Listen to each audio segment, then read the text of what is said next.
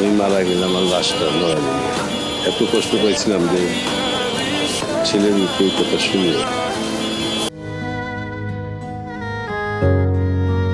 মারা গেলে আমার লাশটা নড়াইলে নিও না বলে অনুরোধ করেছেন অভিমানী মাশরাফি। সম্প্রতি এমনই এক তথ্য জানিয়েছেন তার বাবা গুলাম মুর্তজা। তিনি বলেন, মাশরাফির জীবন এখন আর কোনো জীবন নেই। 2 বছরের মতো হলো জেলখানার মতো বন্ধ অবস্থায় আছে। কথা হয় কিন্তু খুব কম। সেই হাসি খুশি মাশরাফি আর নেই। সে খুব আঘাত পেয়েছে।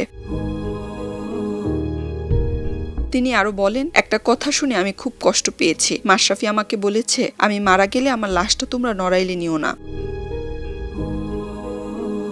পরিবারের বর্তমান আর্থিক অবস্থা নিয়ে গুলাম মুর্তজা বলেন, খুবই করুণ অবস্থা, একেবারে পথের ফকির বলতে গেলে। আমাদের তো নগদ কোনো টাকা পয়সা নেই, ছিলও না। আমাদের জমি জমা আছে, খামার আছে, এগুলো করে খাই।